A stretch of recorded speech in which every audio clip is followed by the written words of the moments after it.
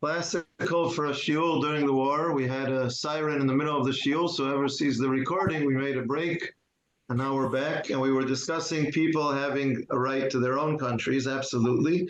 I just spoke in shul this last Friday night, Parashat Vayera, about the sons of Lot, Ammon and Moab, who are not presented positively. Their existence is thanks to Abraham, and they, the opposite of returning a favor, they return bad for good. Ra'at achatova, as we say in Hebrew, when they don't help Am Yisrael when it's coming towards Eretz Yisrael after Yetziat Mitzrayim, at the end of the 40 years in the desert, and therefore they're not allowed into Am Yisrael. But at the same time, we have no war against it, and they're entitled to have their countries. Yes.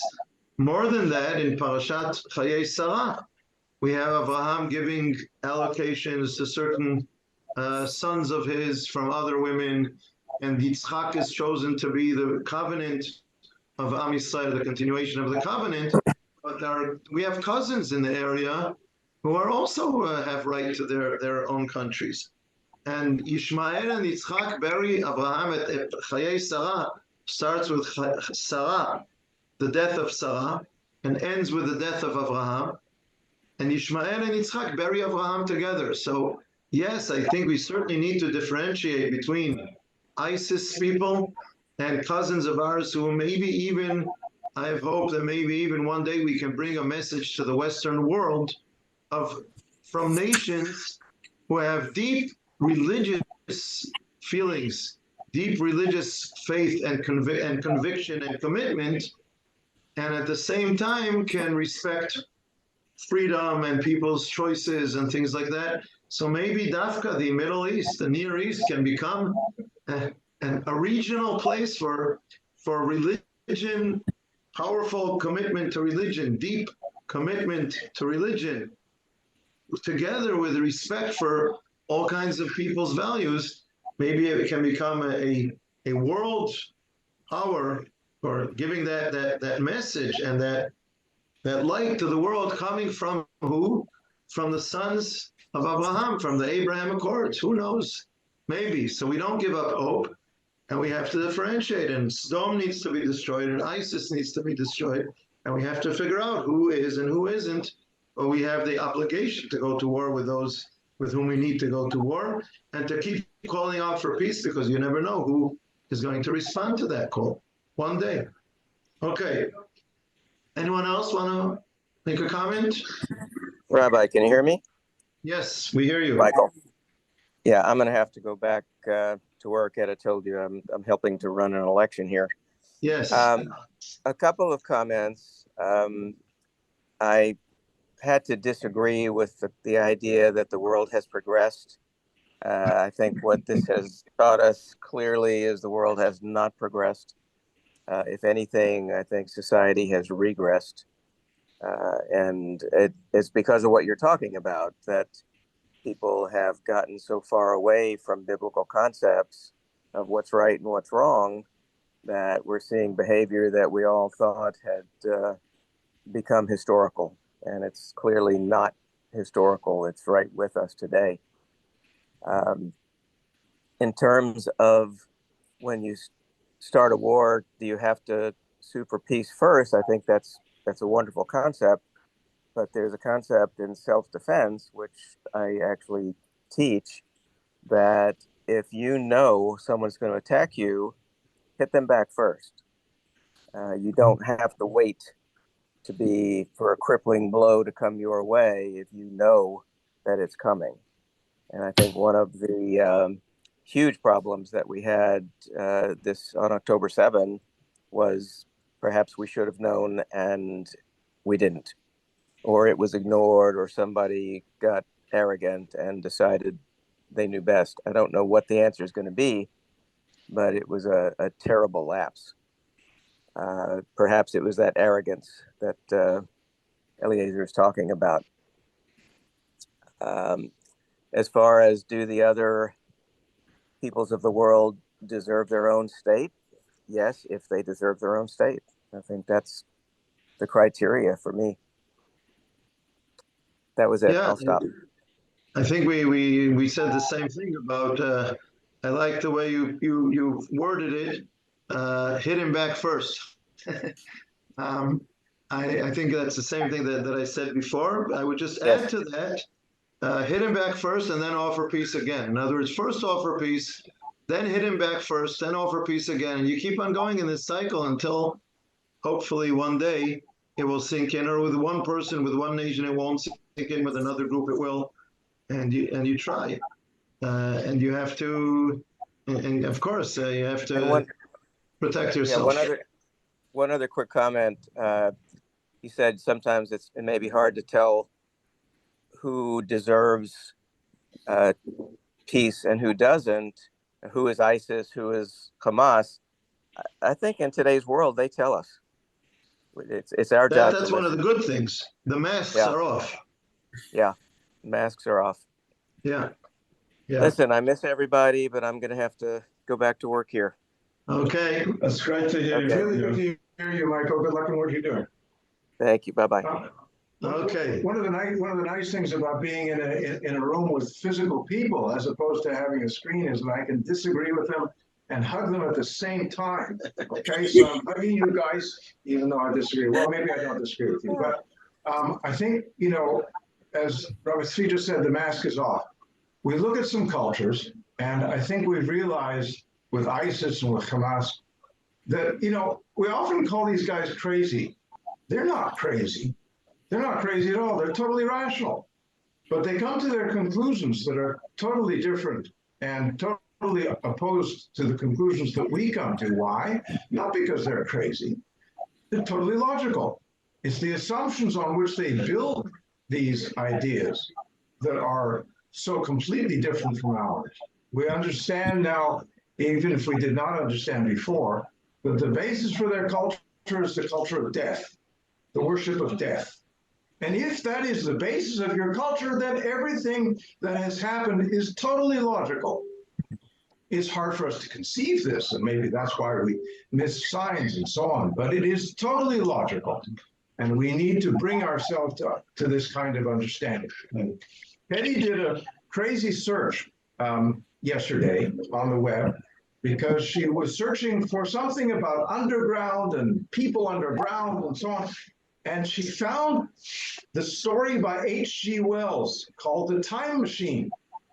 And in The Time Machine, there's a group of people far in the future, 21st century, far in the future, who live underground and who eat the people who live above the ground. And you know who wrote? And Hetty found an article that related the Morlocks, the underground people, to Hamas. And you know who wrote that article? Hetty found, oh my gosh, I know that name. It's Rabbi Weiss. He wrote an article in 2014 on exactly this point. If you like, I will send you the link. Hetty found this link. It's brilliant. It's a brilliant article. I would like to see that. Can I make a comment? Yes. Right. So there's also the issue of if you want to live together with other people, they, as you said, they have to respect the rule of the country. They have to agree to participate in a positive and helpful way, or certainly not in a negative or destructive way. And here in England, there's a big controversy to come up because this coming weekend is the annual ceremony, which is like their Memorial Day. It's the day when the war veterans remember their fallen comrades from all the wars, and it's a very, very serious day, as it should be. And there are certain ceremonies in London in particular, but also all over the country, but especially the country's core one is in London. And the March for Peace, as they call it, in other words, the march that says we want those Israelis to stop killing all those Gazans, that march has been scheduled to coincide in London with the Memorial Day event. And the police, people some people said they shouldn't do it, and the police haven't told them not to do it.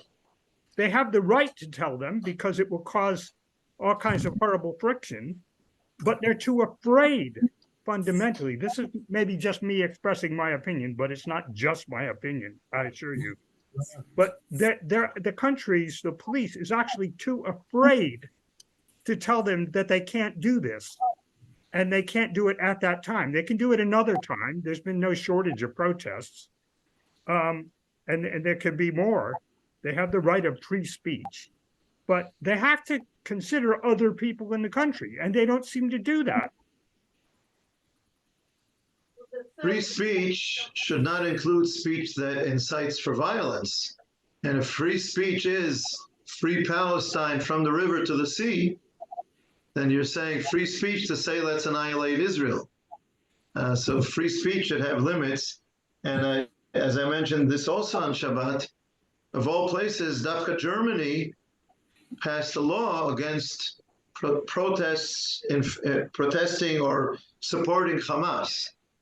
Not only that Hamas is a terrorist organization, but not allowing demonstrations that are supporting Hamas. I'm not saying it's enough, and I'm not saying it's going to be fun to be anywhere in Europe right now or most places.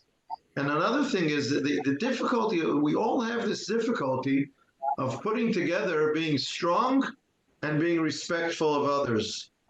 You see countries like Poland that did not take in any of the refugees, and is a quasi-democracy right now, not fully democratic, controlling the media and so on. And on the one hand, they don't have the Hamas problems in Poland like more liberal European countries do. On the other hand, they were very holding back and not being helpful to those immigrants who really did need help. And Germany, because of its history, would not put any restrictions on who comes in, and accepted a flood of as many immigrants wanted to come. And now Germany is saying, wait a minute, we've overdone it. So maybe Germany is waking up in a certain sense. And I don't know what I said to my wife at one point, maybe this is going to save Europe. I'm not sure yet. Is it going to be enough to save Europe or not? It's difficult for us to be able to put together freedom and respect, and to put limits to that respect towards people who don't respect other people's freedom and other people's ways of life. So that's a challenge that the modern world is going to have to deal with, because you can't, the extremes are detrimental.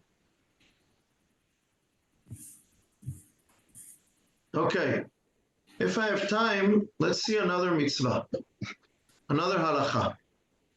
When you go to war and you make a siege, on a certain city or place, there's a fascinating halacha that says, don't surround it from all four sides or 360 degrees, leave an opening for people to flee. This is not explicit in the Torah or in the Tanakh. It is derived from a certain pasuk where Hashem says to go to war, and Am Yisrael goes to war against the Midianites. Kasher tziva Hashem, like Hashem commanded. So the halacha derives from this, that Hashem gave a specific commandment, which was to leave an opening for people who want to flee. And this is brought in halacha. And Rav Waldenberg, who was a leading halachic decider, a posek in Yerushalayim, when I lived in Yerushalayim more than 30 years ago, I asked him a question 2 or 3 times. I went over to his house to ask him a question. And he wrote books about how a Jewish state should be handled according to the Torah, including laws of wars. And he said, because the Torah wants peace and drachei darchei ways of peace, the Torah commanded us that even after the enemy did not accept our call for peace, still, and we put a siege on their city, we don't choke them to death. We enable them that those who want to escape can escape. So one way of looking at it is an aspect of being merciful even when we're going to war. And again, we have this disagreement about which nations is this, including the nations of Canaan or not.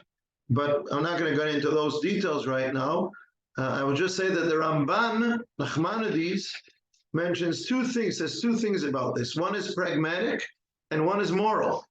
The moral aspect is being merciful, leaving an opening even for those soldiers who decide they went to war with us and now they want to escape, let them escape.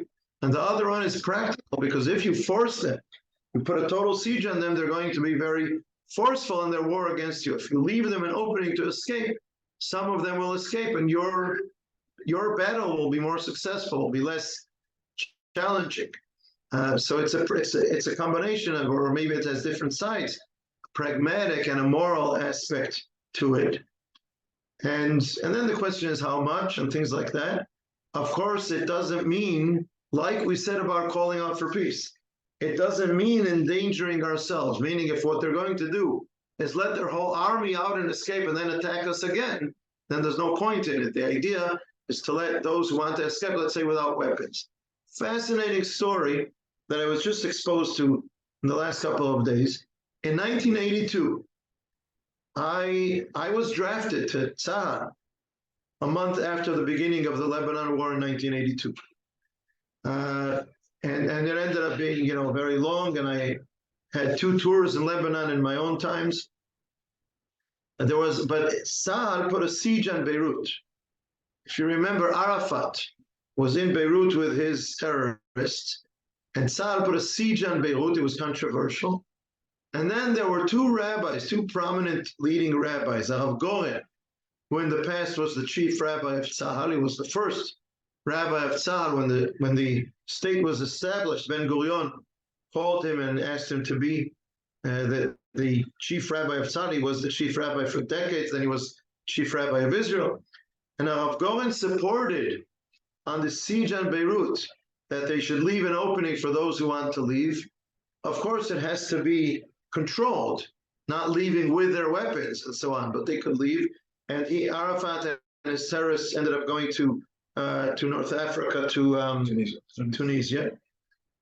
And Harav Shaul Israeli, who was a Rosh Yeshiva in Yeshivat Merkaz Harav, and the leading halachic decider in the religious Zionist society, was opposed to Rav Goren's opinion. He said this is a milchemet mitzvah. You only do that in milchemet reshut.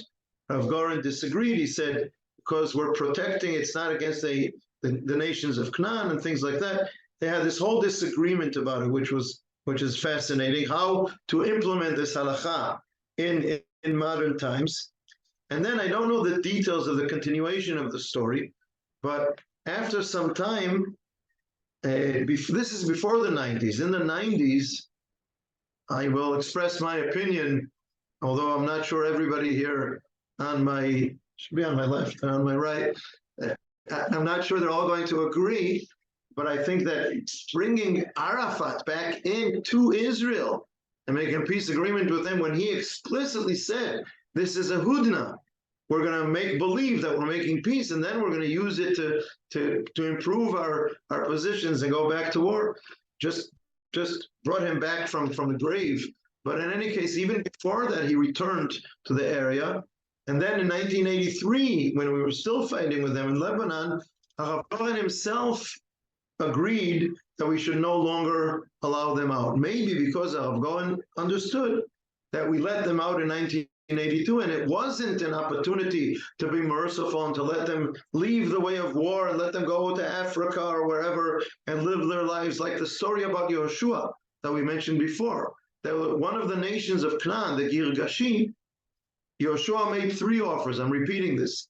One offer was to make peace. Another offer was if you want to leave, you can leave, and the Girgashi left. The third option was to go to war. So the Girgashi left, and we had nothing to do with them from then on. They lived their lives, we lived ours, and they were not enemies. But when Arafat and his terrorists left, it was just to continue their terrorism. So there's no point in letting them out. And once we did that and it failed the first time, we shouldn't do it again.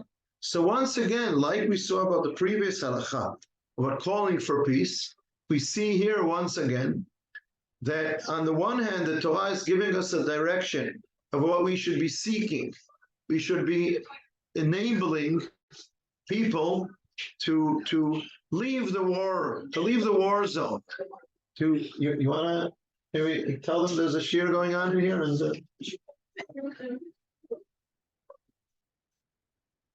thank you. On the one hand, we should encourage them to leave the war zone and leave the war, leave the fighting, and we don't have to kill all our enemies. If some of them decide to leave the area and go away and stop waging war against us, we don't have to fight and win the war against them. But if those same enemies are just going to use our extra morality and turn it against us, then we have to stop. And maybe that's what Rav Goren understood between his decision in 1982 and the different decision that he made a year or two later, that he learned a lesson that with them, this is not an option. So it's a fascinating point to notice how we try to implement these halachot, and at the same time, we have certain limitations for this. And I'd like to say that this brings me to a conclusion of noticing these two different halachot, that the laws of the Torah give us tools, they give us ways of thinking, they give us attitudes, and at the same time, they need to be applied realistically, pragmatically, and wisely in the world. And you can't just take a directive of the Torah and carry it out ignoring the reality around us. They are values. We have to take these values into account. They have to be part of our thinking about these issues, but we should not just apply them automatically without considering what they're going to mean in reality. So I think that's a very important point, because sometimes I see about many different issues, people speaking, sometimes rabbis speaking, sometimes not rabbis, people expressing things because they believe in the Torah, so it has to be this way or it has to be that way. And a lot of times I think that your values are valid. Different values, even conflicting values, are valid. We have to go to war, we have to win the war. We should wipe out the enemy, or we should offer peace, or we should leave a way out for our enemies to escape, because then we won't have to go to war with them. All these different values are values that should be part of the complex equation and complexity and imbalance of the different values, but it has to be implemented in a pragmatic way. And just because someone has a lot of knowledge of Torah does not necessarily mean that he understands all the different considerations in all kinds of different directions. And this is true about the war today also. Clearly, we have to wage, and there's a very powerful agreement about this in Israel right now, and with Israel supporters right now, that we have to go to a very powerful war against Hamas. But where exactly do we draw the line? Where does it end? That is very much, I'm sure there's a lot of disagreement about that, and it's a very difficult and complex question. And even if I have an opinion about it, I understand that it's not a simplistic question with a simplistic answer. It's much more complicated than that. So another thing I would like to discuss, but I'm not going to right now, maybe we'll have something else to say the next time we meet, is also about people who are not active warriors, not active soldiers. Are they part of the war? Are they not? How much do we have to take them into consideration, their lives? And when it's balanced with the lives of the danger that it creates for our soldiers. I mentioned the word Amalek earlier. Is that part of the story or not part of the story? So maybe there's still more to discuss a third time, at least some. Maybe we'll find that and some other issues. But before we end, again, I'd like to open if anyone wants to make a comment about this halakha, that you leave an opening for someone who wants to leave, and about the balance, the overall picture that I understand that it creates is that there are criteria, there are values, there are directions in which to try and look for what we can do, but it all has to be done in a realistic, pragmatic consideration, which is very, it has a variety of things that have to be taken into consideration, and very complex and not black and white. Any comments on that? Well, one of the things I keep thinking, listening to all of it, is saying, fool me once, shame on you, fool me twice, shame on me. I think that the writing has been on the wall. I mean, how much more did they have to do that we didn't understand, or we didn't want to understand what was going on? And I'm sorry that you offer peace, and that's lovely, and you've offered everything under the sun to them. At this point, it's not going to happen. I know maybe in 100 years, but I'm not going to hold my breath. I won't be here anyway. But I just feel like it is Amalek. It is the seed. I think, do you leave that one child and then he grows up and goes, what were my people like? And then starts it all over again. I don't know. I don't have the answers either, but I know right now I wouldn't stop and offer peace, because I don't think there is until Hamas is at least gone. I don't think we disagree on that. Maybe about the Amalek we might have a disagreement. I'm not sure, because you also said you're not sure about it, but I'd like to discuss that, but not this evening. It's too late for that right now. But while I agree with you about Hamas, I would make the point that I made before, but I'll repeat it, that we should not make turn this into something conclusive that all the Arabs or all the Muslims or all the countries around us are the same. I mean, clearly Iran is, but does that mean, where is Egypt? I'm not sure. Seriously, I'm not sure, meaning Egypt could turn against us tomorrow also. I'm not sure what to do with that. But I also know that there are Arab countries who are looking to be different. There's a difference between the Sunni Muslims and the Shiite Muslims. And there are all kinds of things that we have to look into and keep on looking for peace where it might be found. But we have to be very clear, you're absolutely right, where it can't be found, that just makes us weak, and we have to be strong, and we have to save our lives. It's as simple as that, and our children's lives. So yes, and saying those two things is generally clear, but when we get into details, it's very hard to decipher and be clear about where you draw the lines. We agree that Hamas is beyond that question. That's black and white. There's also the question, I mean, as we've all said, that the agreement that Hamas has got to go, and hopefully they'll be able to do that, although that's not guaranteed either. But there's always the question of the morning after. What happens if Hamas is completely destroyed? Who is going to take over after that? This is a very, very hard question. I'd love to hear any indications in our religious literature that will help guide us on this. Because yes, we can conquer and we can wipe out those who need to be wiped out, but there is a morning after. I will say very shortly, you opened up a big issue. Some people just do that. I firmly believe, but I don't think it can be pragmatically implemented right now. I believe that we should be in control and allow others to live within our control. Exactly what we said before about calling out for peace, what it means, not including slavery and giving service to the state, being democratic about it. But I'll give you an example. I think of Hebron, Me'arat HaMachpelah. It functions with Jews and Muslims, dividing the prayers between different rooms, having a mosque festival, and they pray, they take over in prayer, having a Jewish Chag, and we take over the whole place in prayer. And the reason why it functions is because we are strong, is because the state of Israel controls it, because Sahal has the power there. Because if we let go of the power, it's not going to work for 5 seconds.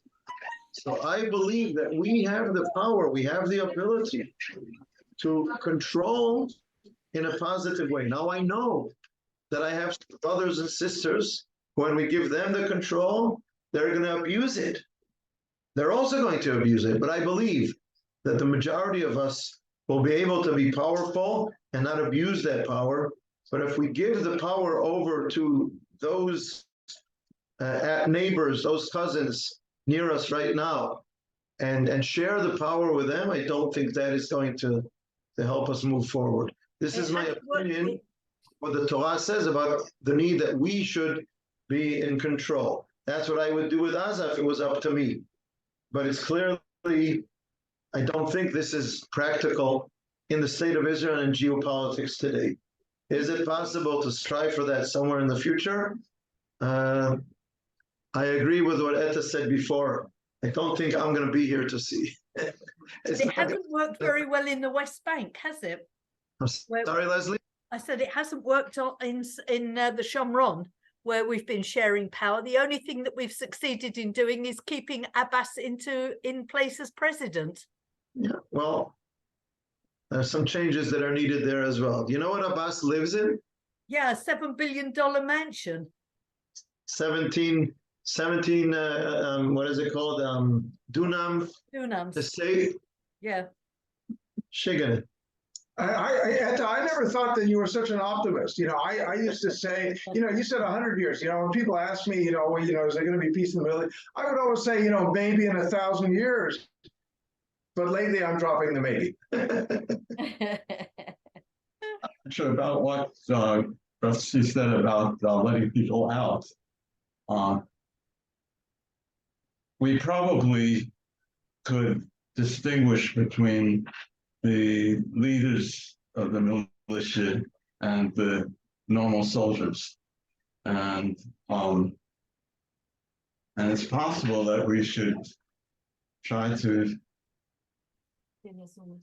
get rid of everybody who's had a position of authority in that. There are no normal soldiers. I'm glad, Mark, you disagreed with Eliezer before I did. I would kill all the soldiers right now.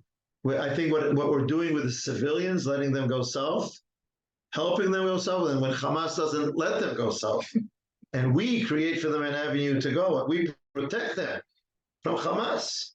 And they're going south so we can fight with Hamas. I think anyone who's been any part of the Hamas military, I don't think they have any hope of tshuva. Well, what's the difference and between repentance? What's the difference between a civilian and a soldier? Okay, that's the next one. We'll discuss that in our next shiur. Okay, but that is, I'll show you. I have it written down here. That's the next topic. We didn't have time for that tonight. It's already You'd 9. be in this room, you'd see all this stuff. It's really good. It's 9:40. I think we should call it a night, and we will continue to study and think about these things together. Be well in England, be well in America. Be well safe in wherever you Israel. are. Be safe. Be Careful. safe. Be careful. Yeah. Yes. And don't watch the BBC.